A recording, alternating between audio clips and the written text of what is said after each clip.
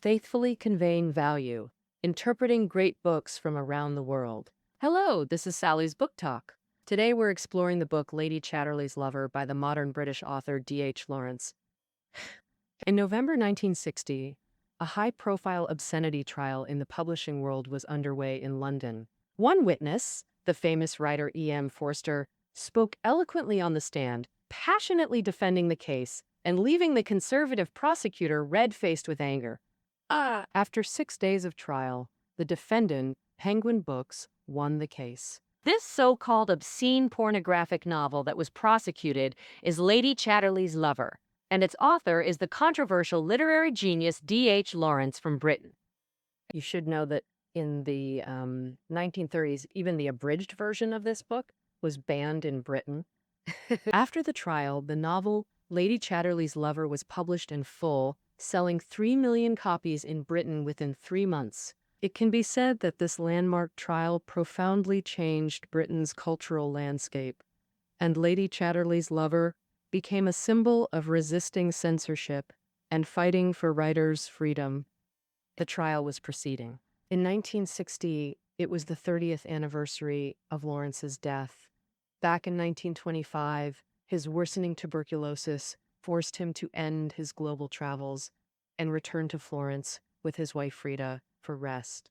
The next year, he began writing Lady Chatterley's Lover, his final novel in his short 45-year life, and a culmination of his life's thoughts.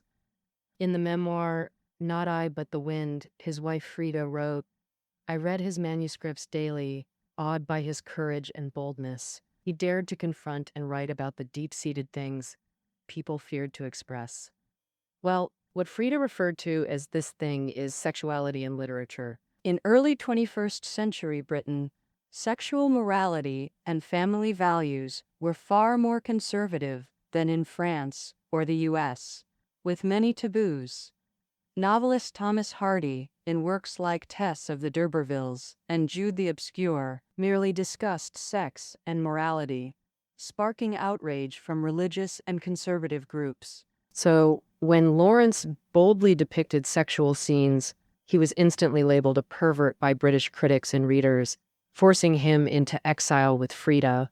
In his final years plagued by illness, Lawrence decided to write a novel challenging a hypocritical, prudish society that shunned discussions of sex.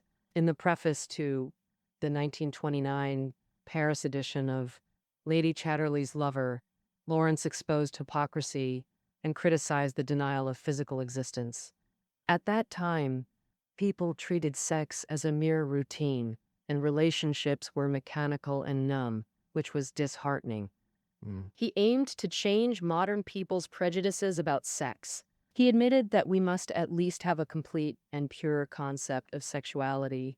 If life is to become bearable, we must harmonize spirit and flesh, respecting each other naturally. In depicting relationships and emotions between the sexes, Lawrence was indeed a pioneer of his era. In his early works like The White Peacock, Sons and Lovers, The Rainbow, and Women in Love, he boldly used taboo language to discuss intimate relationships between the sexes.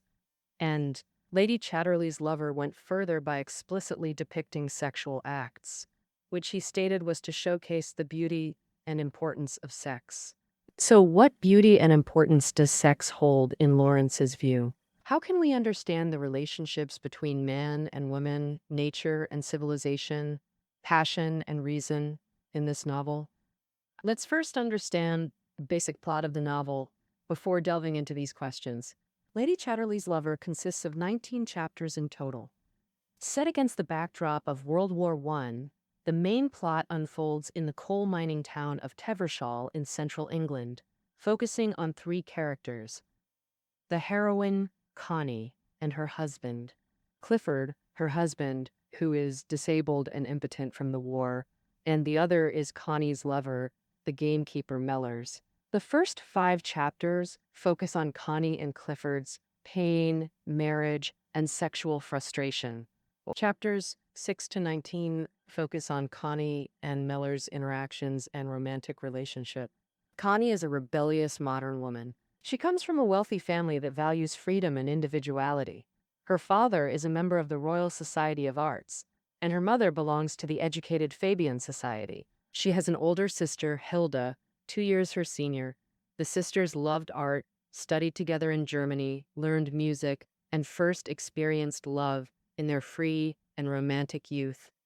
Bam. However, their two German lovers died on the battlefield when World War I broke out. After returning to England, Sister Hilda married a government official, and Connie married Clifford Chatterley, the son of a baron, becoming Lady Chatterley. 2. Clifford Chatterley was an active duty officer. After their honeymoon, he returned to the front lines in Flanders. 6 months later, Clifford was severely injured. After 2 years of treatment, he became permanently paralyzed from the waist down, living as a wheelchair-bound disabled person. His older brother also died in the war.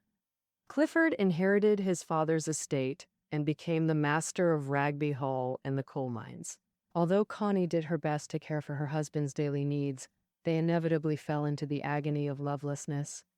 This lack of physical and emotional exchange made their days lifeless. I think, feeling suffocated, Connie wasn't hindered by Clifford from finding a new lover. In fact, he encouraged her to seek a paramour, though only within their upper-class society. Connie had an affair with an Irish playwright, but felt nothing for him. She couldn't find true love among the men of high society, like Sleeping Beauty in the fairy tale, waiting for a true prince to awaken her. One day, while walking alone in the woods near Ragby Hall, Connie accidentally encountered the gamekeeper. Mellows was bathing naked, and Connie was immediately struck by his robust physique and masculine aura. At that time, Mellors was separated from his wife due to incompatible views. He was equally attracted to Connie's extraordinary charm. Later, they began meeting in the woods. Connie repeatedly threw herself into Mellors' embrace, and through sexual experiences, she gradually regained her physical and mental senses, tasting the sweetness and happiness of love. And Connie became pregnant. She and her sister Hilda traveled to Venice to discuss divorce matters with their family. Meanwhile, Mellors' wife Bertha returned to town, discovered her husband's secret, and spread the scandal about him and Connie everywhere. Clifford immediately fired Mellors. Connie returned from Italy and confessed everything to her husband, demanding a divorce. Connie! Connie! Roman! But Clifford flatly refused. Lawrence writes at the end of the novel that Connie, disregarding status, class differences, and moral taboos, decided to publicly be with Mellors. The lovers planned to divorce their respective spouses and start a new life. In summary, we can grasp the main thread of this novel: a love story between a woman from high society and a man from the lower class. This somewhat reflects the personal experiences of the author Lawrence, who was born into a miner's family and worked as a laborer, clerk, and elementary school teacher before becoming a professional writer. In 1912, the 27-year-old Lawrence fell in love with Frida, wife of a professor at the University of Nottingham. Frida, a descendant of German nobility with higher social status, was 6 years older than Lawrence and already a mother of 3.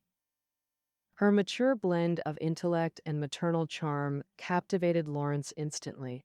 Lawrence immediately confessed his feelings to Frida. Soon after, the two eloped. 2 years later, Lawrence married Frida in London, though the story of their love and elopement carries deeper meaning in the novel. Baron Clifford had lost his life instinct, becoming listless, representing the decaying aristocracy. In contrast, Mellors from the lower class retained primitive vitality. Mastering the way of sex and beauty, he essentially became Lawrence's spokesperson, while Connie is the struggler caught between these worlds.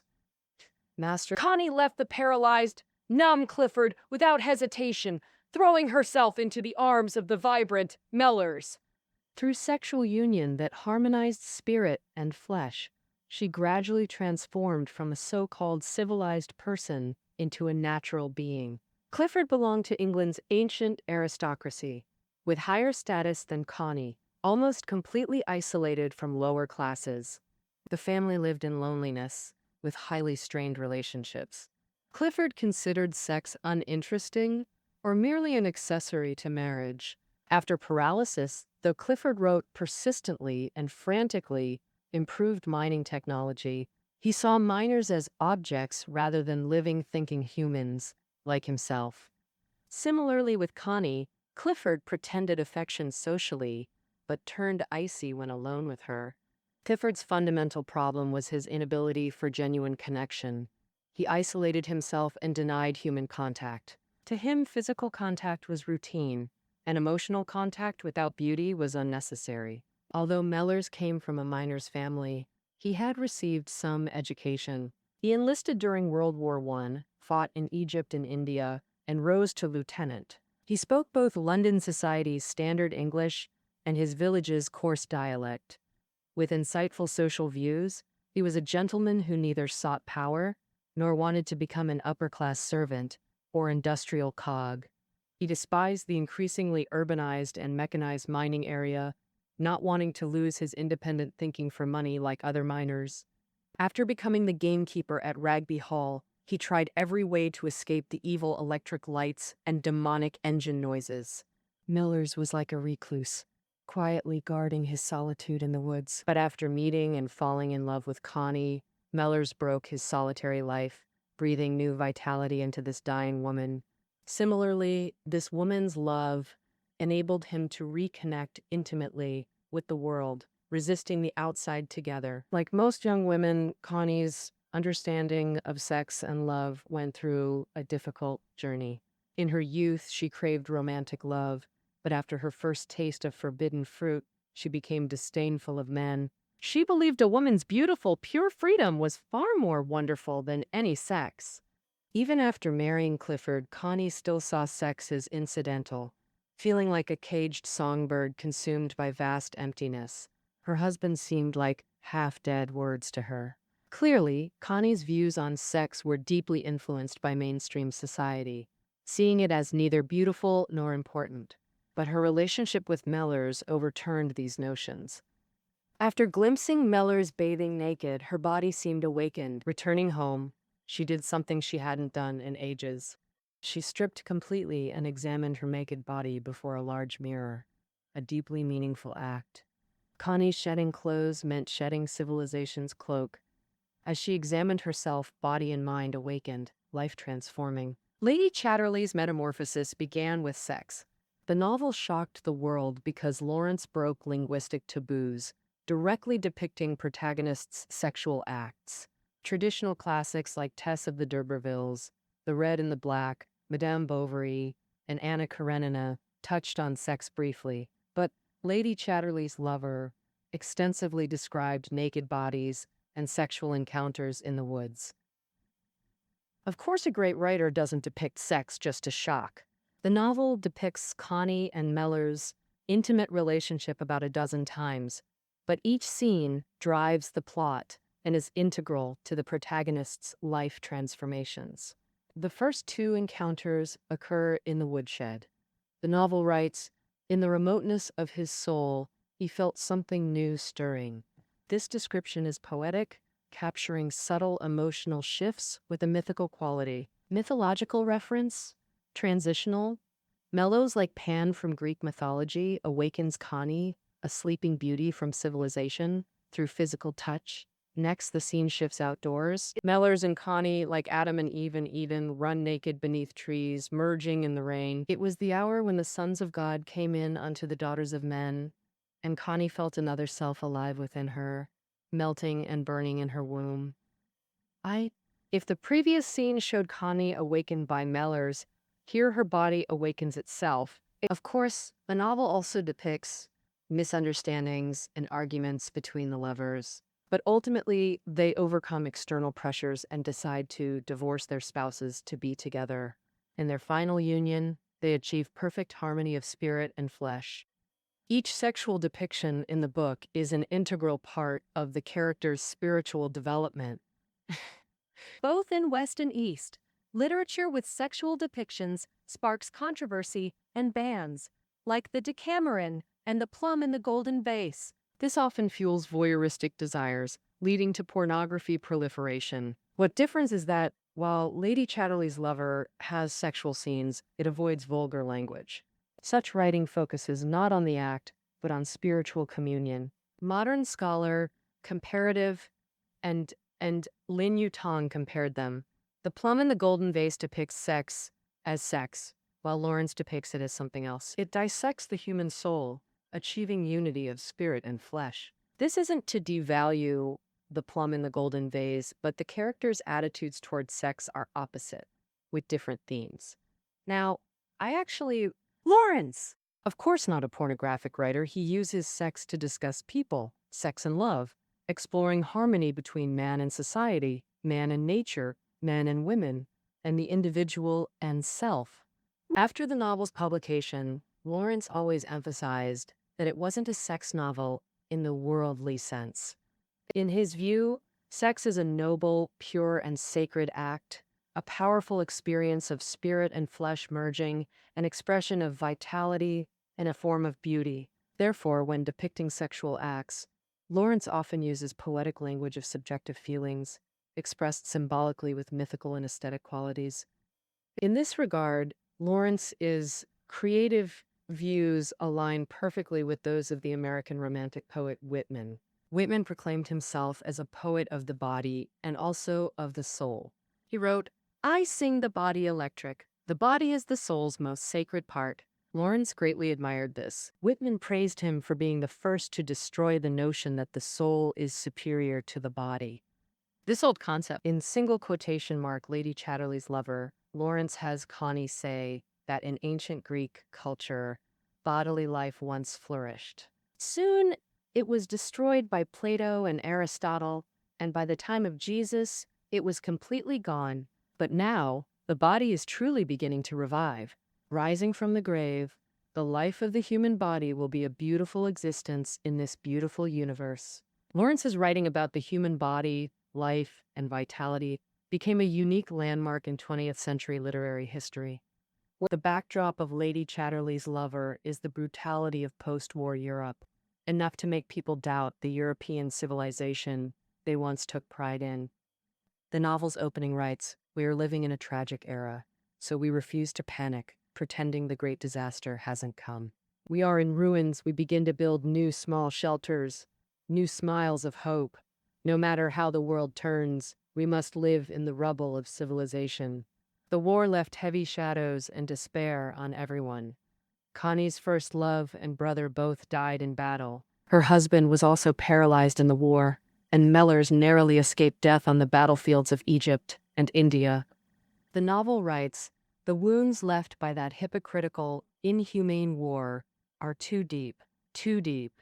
It will take much time for the living blood of future generations to dissolve the infinite traumas hidden in their souls and flesh." With astonishing insight, Lawrence recorded a paralyzed world that had lost its vitality. What brought trauma to humanity wasn't only war. Facing the increasingly developed mechanical civilization and industrialization, the gamekeeper Mellors relentlessly denounced it, saying, "The electric light is sharp and glaring. Well, the industrial noise destroys the silence. That sharp light, though invisible, also mocks the silence." England is producing a new kind of human, intoxicated by money and socio-political life, but whose natural intuitive faculties are deadened. In Lawrence's novels, modern civilization elements like machines, electric lights, metal, cars, and coal mines always form a tense binary opposition with natural elements like forests, earth, and hyacinths. Huge machines and stale ideas devastate humans' natural instincts and sever relationships between people. Towards everything brought by modern civilization, Lawrence showed vigilance and scrutiny. Oh, love, love, Ogo. He tried to have the protagonists distance themselves from mechanical civilization, return to vibrant nature, and resist alienation from all aspects of society through mutual love and contact, pursuing genuine happiness and creativity. It is in this sense that Mellors decided to protect Connie with his own strength. The novel writes, He must sincerely protect her for some time until the ruthless iron world and the greedy mechanical world crush them on this point. The sexual depictions in Lawrence's novels highlight a celebration of vitality and a critique and resistance against industrial civilization that imprisons it. Its focus falls on the future destiny of humanity. Only by understanding Lawrence's humanist thoughts in this context can we appreciate the writer's love for nature and humanity. This thought also runs through Lawrence's writing style. Lawrence excels at using symbolism. In the novel, the settings of characters' activities, the manor and the forest, form a stark, contrasting space. The manor symbolizes the lifeless upper class and industrial civilization, while the forest symbolizes a harmonious world full of vitality and love. They form a sharp conflict between civilization and nature, modern machinery and primitive life. And then the descriptions of trees, flowers, birds, and natural scenery in the novel are often linked to the emotional development of Connie and Mellors. Before writing this novel, Lawrence and his wife Frida traveled for over a decade in places like America, Mexico, Australia, New Zealand, and Sri Lanka, encountering various religions and cultures beyond Western thought, especially influenced by Native American myths and pagan cultures. In this novel, Lawrence ingeniously employed mythological archetypes. Mythological connection. Mellors' archetype is Pan from Greek mythology, symbolizing life's source, whose gamekeeper role aligns with Pan's guardianship with civilization's last virgin land. Connie's archetype is Persephone from Greek mythology. Legend says Hades abducted her as his wife. Each spring she returns to Earth, reuniting with her mother Demeter to revive nature. When Connie departs in spring, the novel states, "This day it was Persephone's breath." Wheelchair-bound Clifford, like Hades in the underworld, dwells in darkness, a life-strangling executioner reliant on cold machinery. Connie escapes her hellish home into the woods, mirroring goddess Persephone's journey from winter's chill to spring's rebirth. Leaving Clifford for Miller's embrace, Connie revives, reborn through fire. When pregnant with Miller's child, hope for new life unfolds. Lawrence treats sex as a sacred ritual curing civilization's ills, imbuing it with regenerative power. Similarly, Eliot's The Wasteland seeks to restore the Fisher King's fertility through religious love as redemption. Joyce's Ulysses uses Homer's Odyssey mythic structure to propose ideal love through paternal recognition and family reunion. The ending remains open. Miller's plans divorce, but Clifford rejects Connie's request. Readers never learn if the lovers unite. Miller's closing letter states, "All the bad days that ever were couldn't destroy the human heart's flower, not even woman's love. So my need for you and our little flame won't be destroyed either." Clearly, Lawrence maintained faith in humanity's future, offering unique artistic perspective on new gender relations and civilization. Critic F.R. Leavis ranked Lawrence among English literature's giants alongside Austen, Eliot, James, and Conrad in the Great Tradition. Leavis believed that Lawrence portrayed the irrational self and instinctual self in humans, and this is a vibrant and significant direction of development.